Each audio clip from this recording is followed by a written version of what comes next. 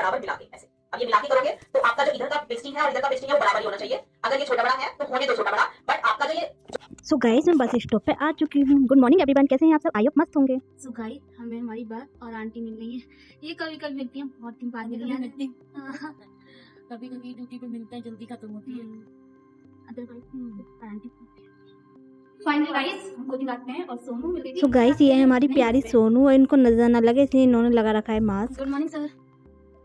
इन दोनों का झगड़ा हमेशा चालू रहता है गाइस। Good morning everyone. नहीं पहचानती हूँ।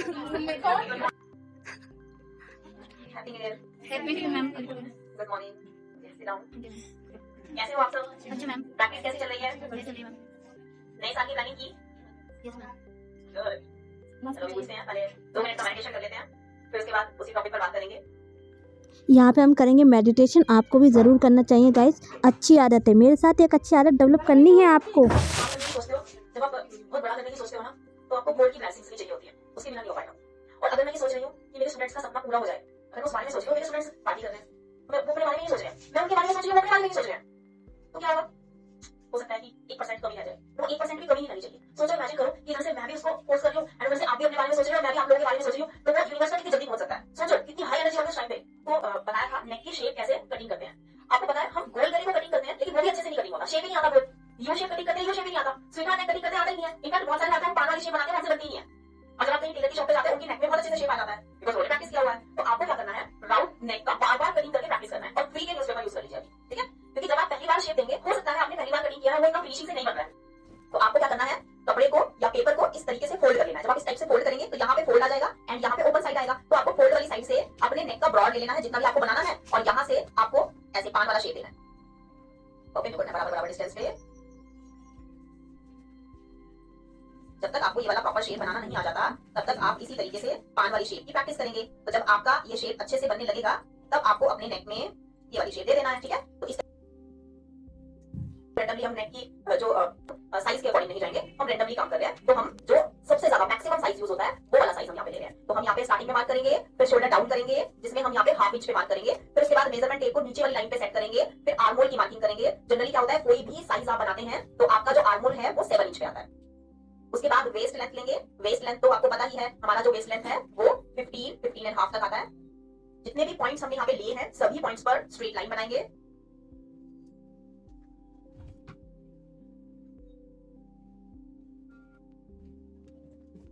अब हम यहाँ पे लेंगे शोल्डर। अभी नॉर्मल साइज के अकॉर्डिंग बना रहे हैं, तो शोल्डर हम ले रहे हैं 6.5। अब आपको फिटिंग वाली मार्किंग करनी है, तो हमारा जो फिटिंग है वो रहेगा 9.5। मतलब हम जो भी साइज का बना रहे हैं, जैसे फॉर एग्जांपल कि आप अपनी साइज का बना रहे हो, तो आपको यहाँ पे लेना है burst divided by 4 plus half inch. देखो यहाँ पे बिल्कुल फिटिंग भी दे रहे हैं। लाइन बनाएंगे, यहाँ पे भी दोनों पॉइंट को मिलाएंगे। के बहुत सारे सैंपल्स आप खुद से रेडी कर सकते हैं, अलग अलग नेक डिजाइन के। ट्रांसपेरेंट वाले किसी पॉलिथीन में पैक कर लो, मतलब ताकि वो जब आप अपने डिस्प्ले पर इसको लगाओगे तो आपका क्लाइंट बहुत अट्रैक्ट होगा। कट कर लेंगे, शोल्डर डाउन। यहाँ पे हमें स्टिचिंग का मार्जिन रखना है एक पैर का, बस। फिर इसको कट कर लेना है।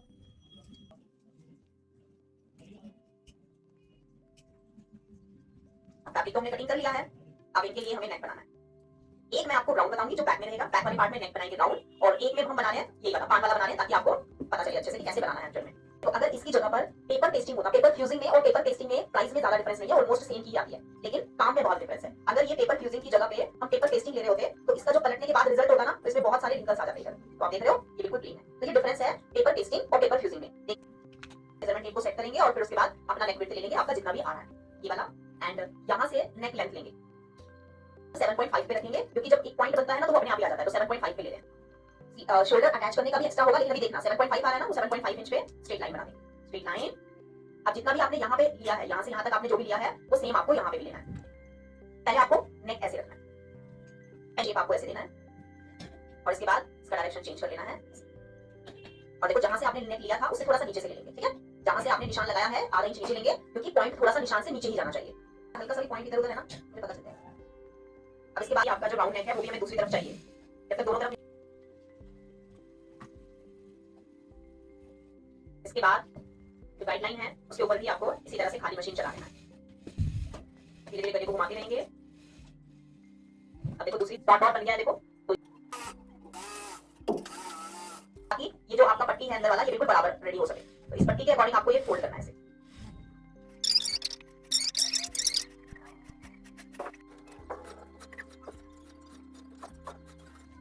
अब नेक बनाना स्टार्ट करेंगे। लेना है और उसपे एक छोटा सा कट लगा देना है।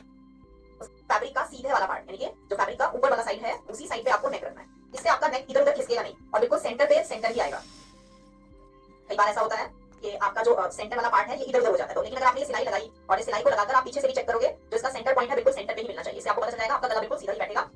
धीरे धीरे करके गाइडलाइन के ऊपर से है। और जब आप काम करना शुरू करते हो ना, उस काम को बार बार करते हो, तो अपने आप आपकी एक्सपर्टीज आ जाती है। एक बहुत इंपॉर्टेंट चीज है, जब हम यहाँ पे ये नेक बनाएंगे और उसके बाद जो एक्स्ट्रा फैब्रिक हम कट करेंगे, तो ये एक्स्ट्रा फैब्रिक आपका यहाँ पे कम होना चाहिए। हम लोग पता है क्या गलती करते हैं, हम जैसा बुकरम में गला बनाते हैं वैसे पेपर म्यूजिक पे बना देते हैं और हमारा फिनिशिंग नहीं आता, तो कहते हैं ये अच्छा बुकरम अच्छा है, लेकिन बुकरम पे फिनिशिंग ज्यादा अच्छी आती है। मुझे पता है पेपर म्यूजिक पे गला बनाने का, ठीक है, जितना कम से कम हो सकता है।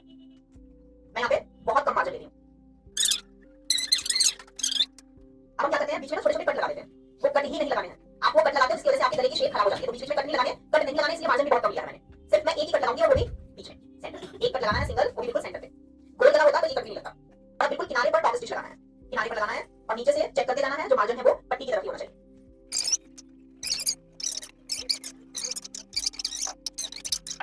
नहीं होगी तो गड़बड़ हो जाएगा, पट्टी ढक लेगा।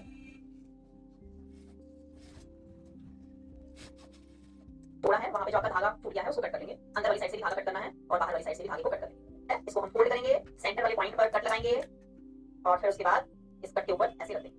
मैं छोटा गला बनाने वाली थी, लेकिन जानबूझ के बड़ा बनाया है ताकि जो बताना चाहती हूँ वो अच्छे से एक्सप्लेन कर पाऊं। सिलाई लगाओगे तो गले के किनारे पर बॉल पिन से जरूर चेक करोगे कि आपका जो नेक है वो टेढ़ा तो नहीं हो गया है।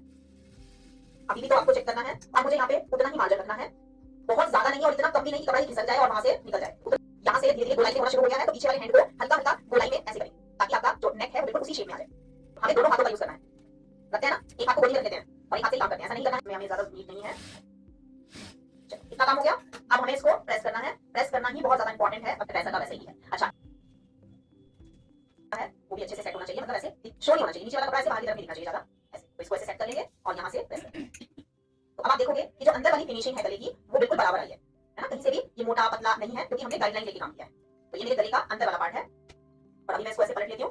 पलटने के बाद जो नेक का ऊपर फिनिशिंग वाला पार्ट रहेगा उसको हम ऐसे सेट करेंगे और ऐसे सेट करने के बाद फिर इसको अच्छे से प्रेस करेंगे।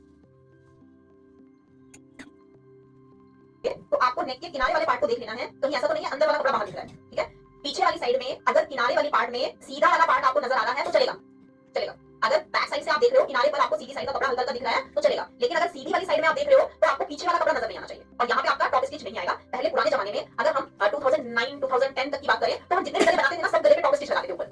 अब ट्रेंड खत्म हो गया है, क्योंकि मेकअप करते थे, लिपस्टिक की आउटलाइन बनाते थे ब्लैक कलर का, ठीक है, उसके अंदर रेड कलर फिल करते थे, तो अच्छा लगता था उस टाइम पर। लेकिन आज का जो टाइम है वो नहीं है। अगर हम अभी ब्लैक कलर का आउटलाइन बनाएंगे और अंदर बिल्कुल बेकार लगेगा, है ना, और लगेगा दूसरों को देख के ऐसा लगेगा कि पता नहीं क्या कर लिया है, मेकअप किया है और भी मतलब वो बन गया है। तो कहने का मतलब है कि जब तक हम ट्रेंड के हिसाब से नहीं चलेंगे हमारी रिजल्ट वैसा नहीं आएगा। था ऐसा ट्रेंड आ गया, अभी पूरा ड्रेस बना दिया है, बाहर से कुछ विजिबल नहीं हो रहा है, सिलाई कैसे लगाई है भाई, कैसे पता नहीं चल रहा है। तो अब वो चीजें हैं, तो ज्यादा से ज्यादा हम कोशिश करेंगे कि ऊपर से सिलाई को ना दिखाने की, ना शो करने की।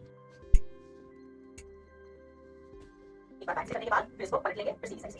सीधी साइड में जब आप पॉइंट बनाओगे तो यहाँ पे आपका कपड़े में बिल्कुल भी प्लेट नहीं आना चाहिए, पॉइंट पे, वी पॉइंट पे स्पेशली। जिस साइड से आपको ओपन करना है वो बैक साइड ही होना चाहिए, फ्रंट नहीं होना चाहिए। अब दोनों पार्ट को ऐसे बिल्कुल बराबर रखेंगे, ये जॉइंट मिलाना है, यहाँ पे जूम करेंगे, आपको इसको ऐसे पलट लेना। शोल्डर जॉइंट करने का टेक्निक है। अब आपको आपने शोल्डर डाउन भी किया हुआ है, तो उसी शोल्डर डाउन के अकॉर्डिंग आप यहाँ पे देखेंगे, आपने हाफ इंच शोल्डर डाउन किया था, तो यहाँ पे जो शोल्डर स्ट्रेट रहेगा वैसे रहेगा, शोल्डर इतना वाला ये डाउन है, तो जैसे डाउन है ना वैसे ही आपको शोल्डर जॉइंट भी करना है। तो हमने क्या किया, जितना यहाँ पे लेंगे स्टिचिंग मार्जिन उतना ही यहाँ पे लेंगे। अब अगर मैंने इसको सीधा स्केल से मिलाया, मेरा ऐसे आ जाएगा, अब ये गला उठेगा ही नहीं। शोल्डर डाउन तो उतना ही किया है जितना हमने स्टिचिंग में कटिंग में लिया था, लेकिन पहले हम स्ट्रेट स्केल का यूज करेंगे और हमने फ्रेंच कर्व स्केल यूज नहीं किया, तो गले के पॉइंट यहाँ से हो जाएगा। कॉटन का फैब्रिक यूज करेंगे और जो भी निशान मैंने लगाया है इस निशान के ऊपर से ही सिलाई लगाना है।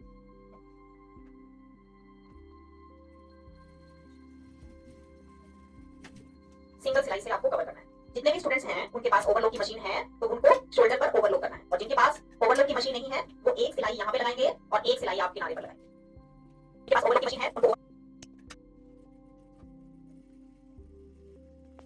एक साइड से आपको इस तरीके से शोल्डर जॉइंट करना है। इसको ऐसे ओपन कर लेंगे, ठीक है, ऐसा खोलते रहो, ठीक है, लेकिन ये बिल्कुल सीधा होना चाहिए। अगर स्टार्टिंग में ही आपने अपनी हैबिट बना ली कि बार बार खोल रहे हो, बार बार ठीक कर रहे हो, बार बार खोल रहे हो, बार बार ठीक कर रहे हो, तो लास्ट में क्या होगा, आदत पड़ जाएगी और कपड़ा भी कहेगा भाई बेटा बार बार खोलना पड़ेगा, इससे बढ़िया है एक ही बार सही से फिट हो जाओ, क्योंकि इधर से भी खोल लिया है और इधर से भी खोल लिया है और जो सिलाई लगी है वो बिल्कुल ऐसे बराबर मिला के ऐसे। अब ये मिला के करोगे तो आपका जो इधर का विस्टिंग है और इधर का विस्टिंग है वो बराबर ही होना चाहिए। अगर ये छोटा बड़ा है तो होने दो छोटा बड़ा, बट आपका जो ये जॉइंट है ये आमने सामने आना चाहिए। तो इस जॉइंट को मिलाएंगे और जैसा उधर निशान लगाया था वैसा ही इधर भी लगाएंगे और निशान के ऊपर से सिलाई लगाएंगे। अभी मैं डायरेक्ट कर रही हूँ, लेकिन आपको लगाना है। मैं लेट हो रही हूँ ना, इसलिए मैंने लगा दिया, ठीक है।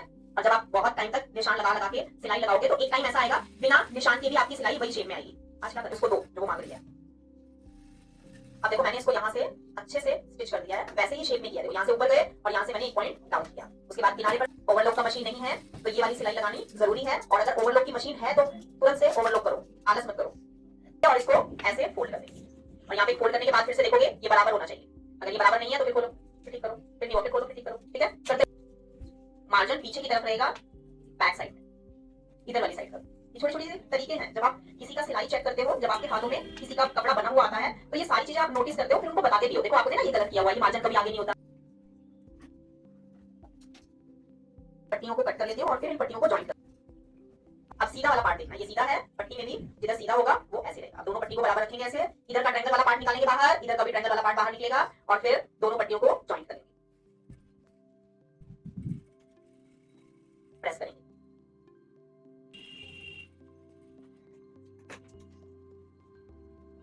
चलो अब हम यहाँ पे पट्टी अटैच करेंगे। लगाते हैं किसी भी ब्लाउज में लगाते हैं वैसे ही हमें यहाँ पे भी लगाना है। तो हम क्या करने वाले हैं, इस पट्टी को सीधा साइड से ऐसे, पट्टी का जो सीधा पार्ट है वो नीचे रहेगा और बैक पार्ट ऊपर रहेगा। पट्टी को ऐसे सेट करेंगे।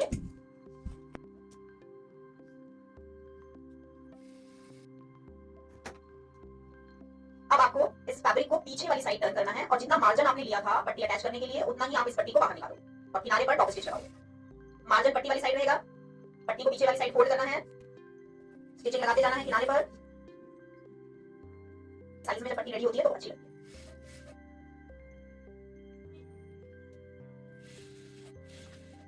कपड़ा कटिंग करने के लिए बिल्कुल रिस्क नहीं लेना, पॉइंट वाला सीजर आपको चाहिए होगा जिससे कि आपका नीचे वाला कपड़ा कटिंग नहीं होगा।